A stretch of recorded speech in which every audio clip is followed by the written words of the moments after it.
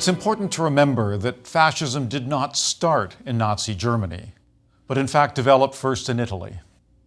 Italy is a curious place for fascism to have developed because there was no national humiliation, although one was perceived. There had been no collapse of civil and military authority, although the state did become paralyzed. There was no real threat from the extreme left, but again, one was feared.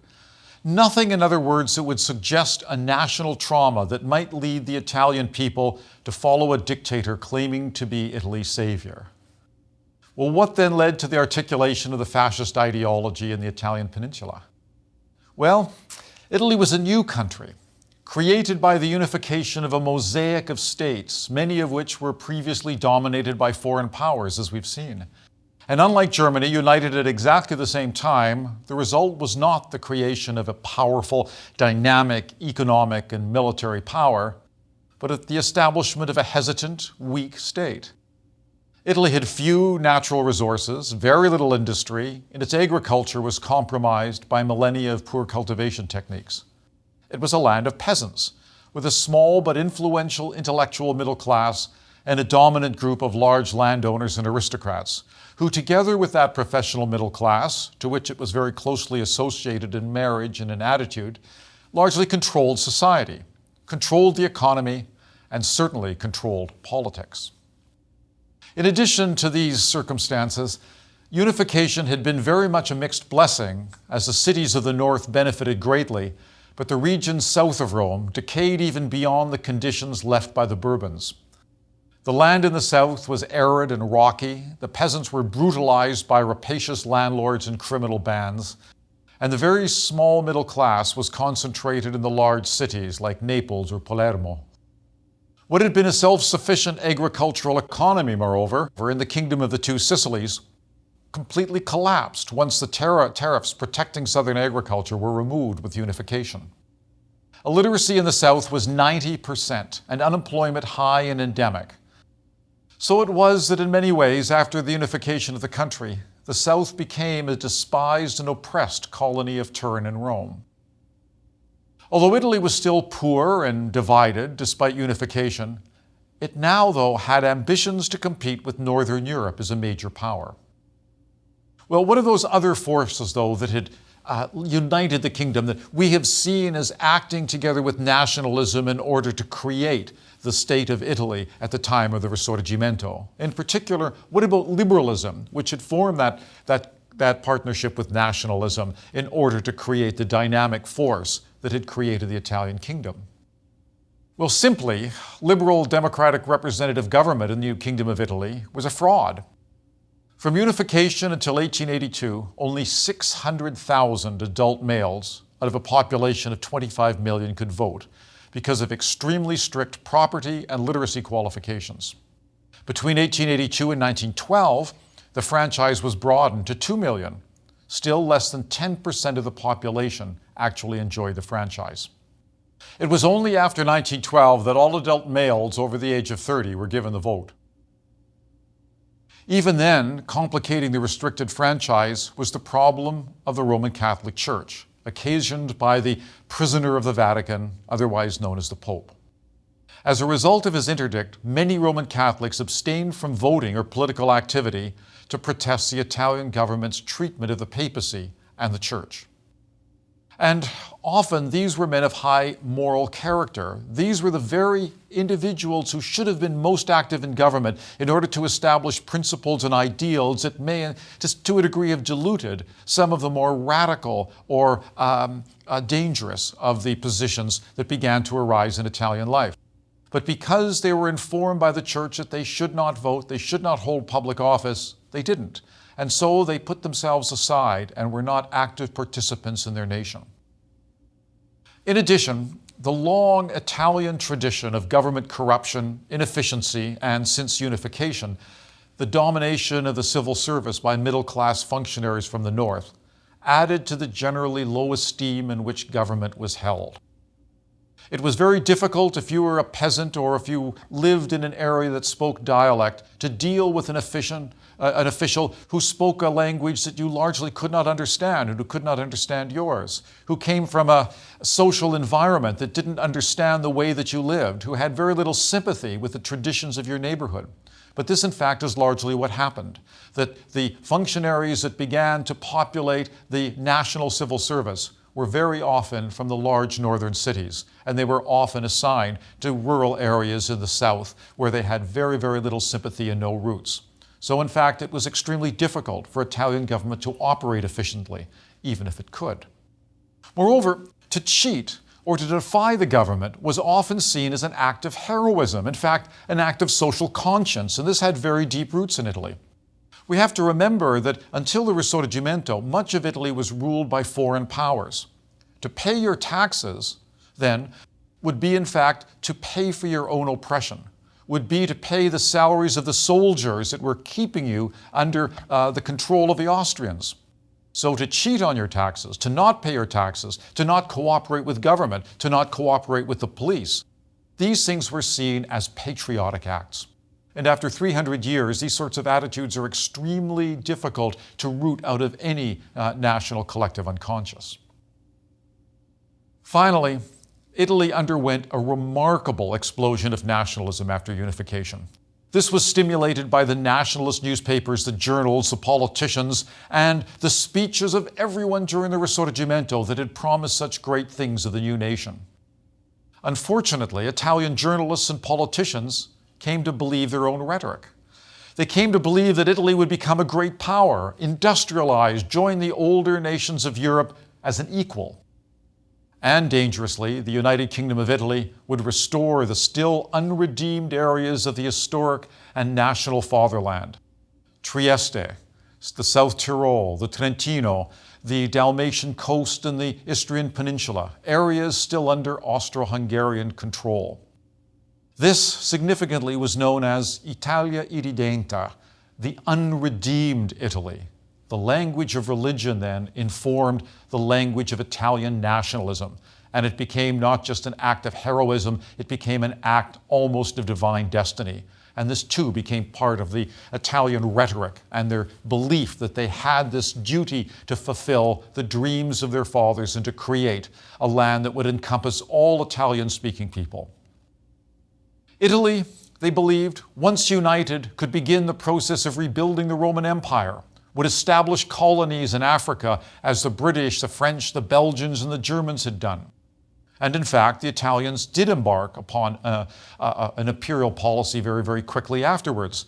Italian troops did annex Eritrea in Africa and attempted to conquer Ethiopia, but were disastrously and embarrassingly defeated by the Ethiopians twice, in 1896 at Adawa. Adawa, in fact, became the rallying cry of the Italian imperialists. Remember Adawa. It was a humiliation to be expiated. And in fact, it helps explain Mussolini's desire to conquer Ethiopia in 1936, because this was the expiation of the defeat of the Italians by the African Ethiopians in 1896. Thus, Italian nationalism had been excited by the Risorgimento. It had been given a purpose and it had been given a powerful voice by politicians and journalists. However, the country was totally unable to sustain the hopes and the ambitions of the nationalists. It was largely as a response to this disjunction between the political and economic realities of late 19th century Italy and the fantastic, unrealistic ambitions of the Italian nationalists that gave rise to the fascism of the early 20th century as an ideology of national purpose and discipline. Discipline required to help Italy fulfill its destiny, a destiny identified by the nationalists. The extreme nationalists found an organizer and ideologue in the influential journalist and teacher Enrico Corradini. Corradini in 1903 founded a nationalist journal called Il Regno, the Kingdom. And in this he argued his ideology of nationalism and a renewed moral order.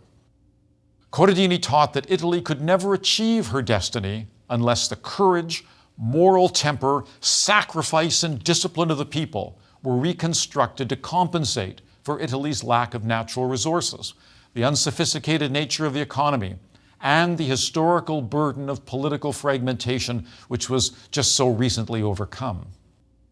To do this, he said, a new society composed of a new kind of Italian was needed, because bourgeois society was too cautious, too pacific to ever permit Italy to fulfill its national destiny. Therefore, he leveled powerful attacks against democracy, against parliamentary government, against socialism, against pacifism, because war and national struggle would engender discipline among the population, as would imperialism. These were the roots to this national fulfillment and the roots to national pride. He wrote that nationalism was the antithesis of democracy, and that liberty and equality must be sacrificed to obedience and discipline. And he used the examples of Imperial Germany and Imperial Japan as model regimes and encouraged the Italians to emulate these nations, also recently recreated. He saw these as the kinds of models that would give Italians the hope and the discipline and the power and the intensity that they needed in order to achieve what the journalists, what the nationalists, and what the politicians had promised during the Risorgimento. This world of militarism and discipline then entered the Italian nationalist right. This nationalist ideology really appealed to a great many Italians. So the disciples of Corradini began to put his ideas into action by forming a political party, the Italian Nationalist Party, in 1910. And Corradini was invited to give its founding address. In this famous speech, Corradini called for Italians to make sacrifices for their nation, to build a strong army, to continue imperial adventures, and to reject liberal democracy, to reject international socialism, to reject egalitarianism as the enemies, the antitheses of heroism and nationalism. Well, the success of this appeal, and in fact the broad support that it enjoyed among so many Italians of the political class, became immediately apparent. The Nationalist Party called for an invasion of Libya, a territory directly across the Mediterranean on the north coast of Africa, which was then under Turkish rule. The demand excited immediate action, and the Italian government, itself subject to the same ambitious nationalist agenda and imperial pretensions, sent a military expedition in 1911. The Libyan war was difficult and very expensive, but ultimately succeeded in establishing a narrow Italian settlement along the Mediterranean coast.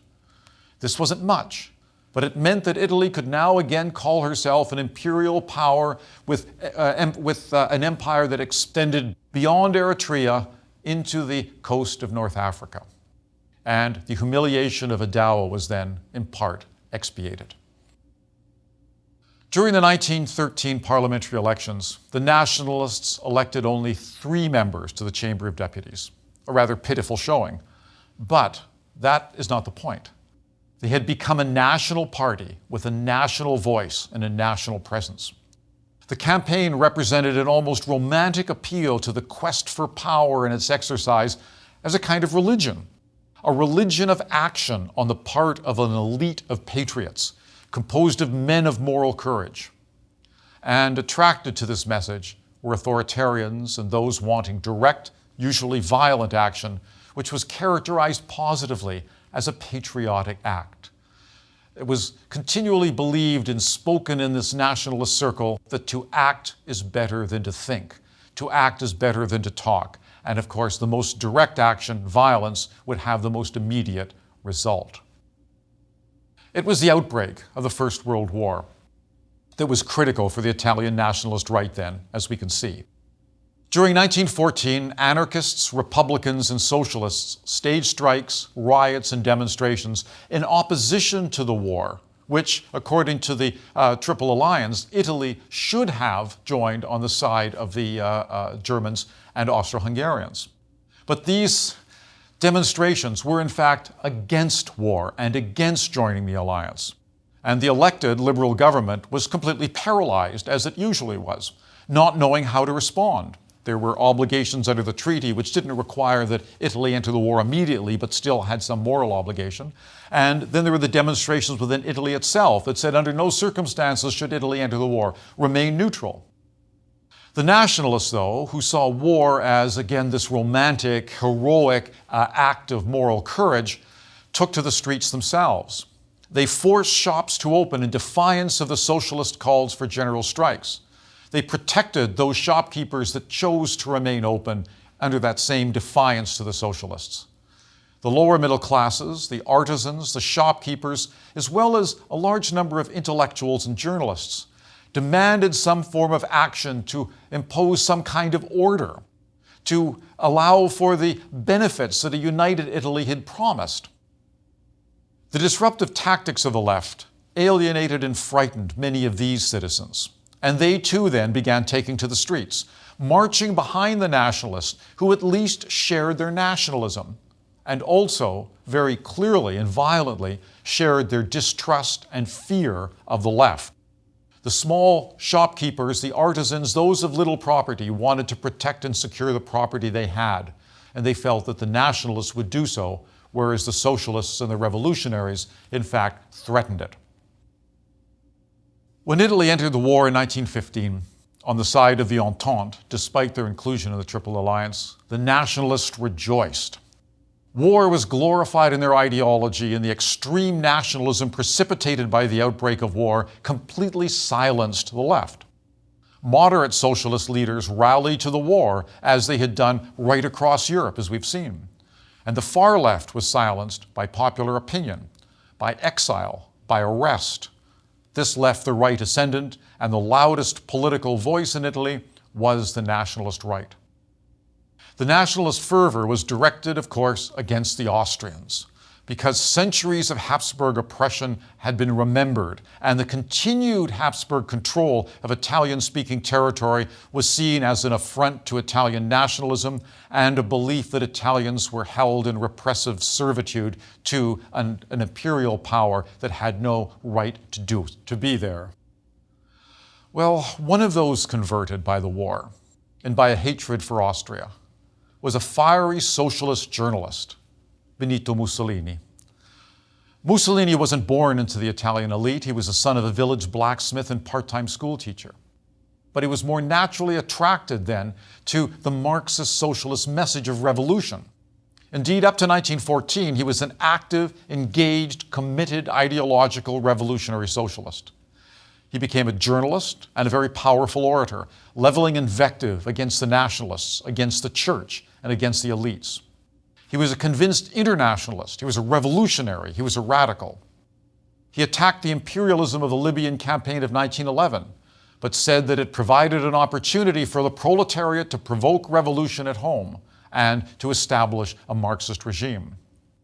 He attacked the nationalists provocatively, writing famously that the Italian flag was nothing but a rag worthy of being raised on a dunghill. In the charged environment before World War I, these words were incendiary. Mussolini was arrested, convicted, and sentenced to 5 years in prison.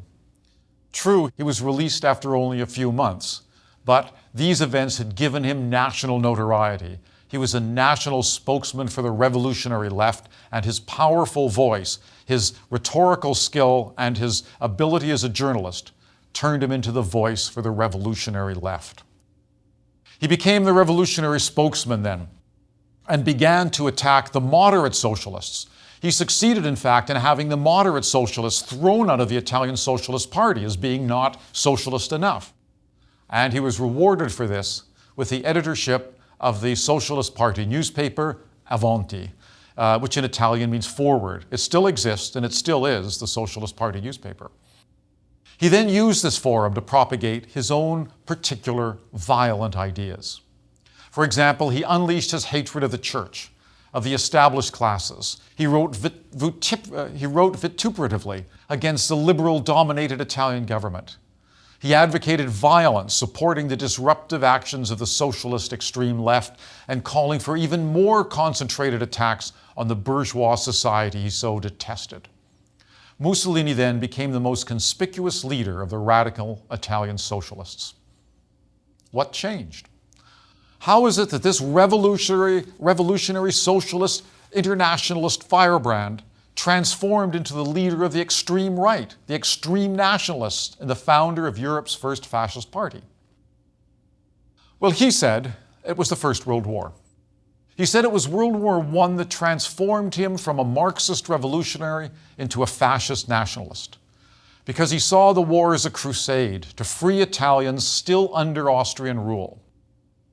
In a provocative editorial, this new Mussolini called for Italy not to fulfill its responsibilities under the Triple Alliance, but to become actively neutral against Austria-Hungary. For this editorial, he was fired from his position in Avanti, but he used his abilities to form his own newspaper, Il Popolo d'Italia, the People of Italy. And the sole purpose of this journal was to build Italian sentiment in favor of going to war against Austria-Hungary, for which he was then expelled from the Socialist Party altogether. This radical departure from everything he had previously written and believed was in fact extreme, because he moved from one extreme on the left to another extreme on the right. But it's important to note that he wasn't alone. Other Italians were converted to nationalism by World War I. It's been suggested that Mussolini's talents were co-opted, some say purchased, by those on the right to blunt the appeal of Marxism and the anti-war sentiment. But this is in no way certain, because the war had cut across Europe in a way that it was completely impossible to imagine. It stimulated extreme nationalism amongst all classes and all ideological perspectives. Mussolini was extreme, but he was not unique. And as we know, Italy did enter the war in 1915 on the side of the Entente through the secret Treaty of London, which promised Italy significant territories, which Italians universally believed were historically theirs. The fighting, though, didn't go very well at all. The general staff of the Italian army was calcified, still fighting the war of Italian unification. The successes the Italians had in the field were the result of the brilliance and tactical genius of field commanders.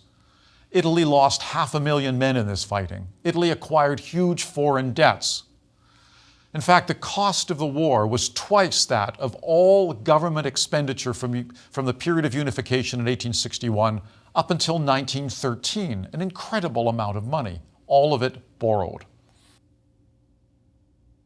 But humiliatingly at Versailles, all that Italy received was Trieste, the South Tyrol, Alto Adige, the Istrian Peninsula, and little more.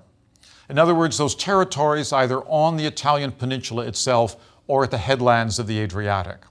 These territories were transferred from Austria-Hungary to Italy. But offensively, the Dalmatian coast on the eastern side of the Adriatic was to be given to what would become the new Kingdom of Yugoslavia. We have to remember that to Italians, that territory, which had been part of the Venetian Republic and had large numbers of Italians living within it at that time, was part of the Italian homeland. The city of Rijeka was Fiume, the city of Dubrovnik is Ragusa, the city of Split is Spalato. The Italians then saw this as the part of the unredeemed fatherland, the same way that the South Tyrol and Alto Adige had been. Moreover, there was a kind of bidding war that the Italians were given by the treaties almost the same territory that they probably could have negotiated from the Austrians for remaining neutral. In other words, 500,000 Italians had died for something they could probably have had for free. And the Italians were never to forget this. Moreover, the soldiers that were returning home from the front felt disconsolate and alienated by the politicians who would promise them glory and the return of all Italy's lost territory in return for their suffering. And what they faced at home, though, was chaos, often fueled by Marxists calling for revolution, as in Russia, Germany, and Hungary. Workers occupied factories and shops. Peasants seized their landlords' estates. The socialists in parliament and the left-wing press scorned the soldiers as dupes of the elite, dupes of the bourgeoisie, and groups of communists attacked men in uniform on the street in 1919 and 1920 and beat them up. These soldiers and their young officers were, of course, infuriated. They were nationalists, and they had suffered terribly during the war. They organized themselves into bands similar to the German Freikorps, bands that were known as Arditi, those that were burning for nationalist love of their country. These Arditi waged street battles against the socialists, changing into squadristi, or more mobile squads of thugs when they were armed. They carried daggers and wore black shirts to distinguish them from the socialists who wore red shirts, the Catholics who wore white shirts, and the nationalists who wore blue shirts. In Italy, by their shirts shall ye know them. The central government, composed of fragile coalitions led by liberals, became paralyzed, and this further alienated both extremes.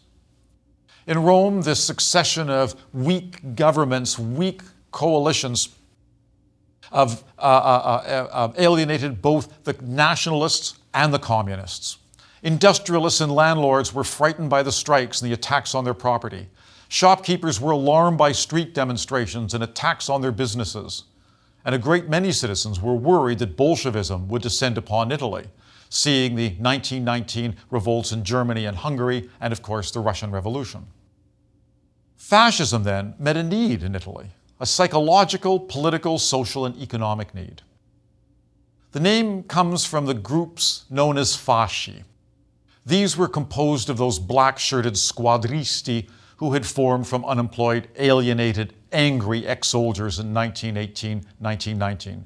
They took their name from the fasces, that is, those Roman bundles of rods with axe heads on either end that the lictors carried before the consuls as symbols of the right to punish. Initially, these fasci were loosely organized, but increasingly they began to model themselves on the most important and successful of these fasci, Mussolini's own Milanese Fascio di Combattimento, the combat group of Milan. Mussolini organized this in 1919, and it became the example for these other violent groups of arditi coming together in squadristi to, in fact, emulate. Moreover, respectable politicians, newspapers, community and business leaders began to identify Mussolini and his fascists as the only hope for the country in the face of this threat from the communists and the weakness of the liberals.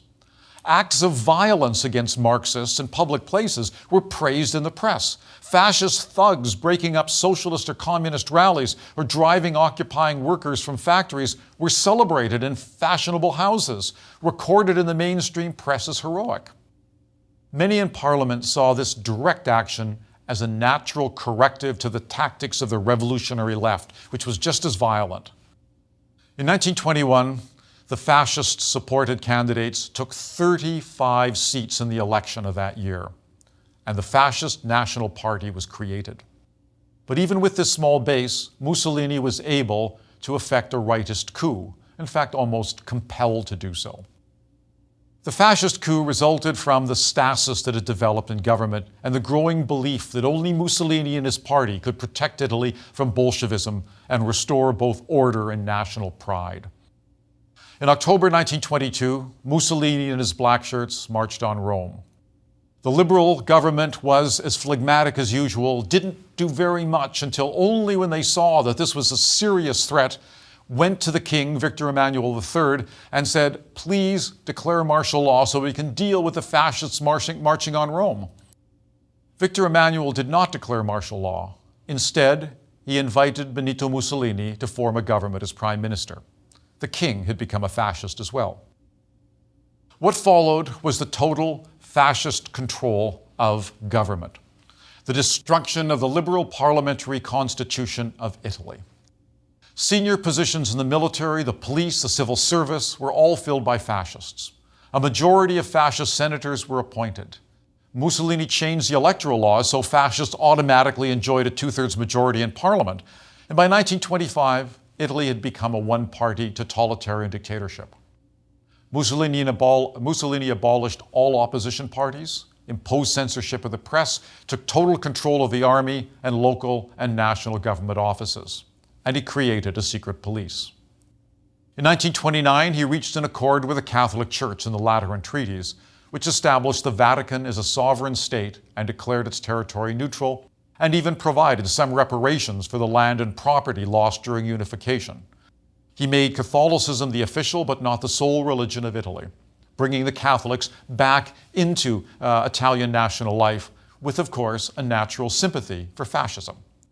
He ended unemployment with spectacular public works, such as the Autostrada system that we drive on today. And he almost destroyed the mafia. He provided previously isolated villages road access, electricity, and modern services. Children were required to attend school, and radio became widespread. And there was more. And it's for this reason that many older Italians still look at the fascist, at least the first decade of fascism, with some nostalgia, because they were brought into the modern world by the fascists. The reason, though, was not to give them something, but to fascist them, to turn them into loyal fascists who would receive only fascist propaganda. Moreover, Mussolini perfected the fascist cult of the leader. Mussolini ha sempre ragione. Mussolini is always right. He was the heroic leader who becomes and embodies his own nation. He becomes the symbol of the Italian people. He speaks for them with one voice. This was the Italy that emerged with the fascist victory. Italian democracy was dead just 65 years after the unification of the kingdom, and Mussolini had established an ideology that was to be taken up north of the Alps in Germany by another right-wing leader, and it turned into something far, far more sinister than Mussolini could ever have imagined.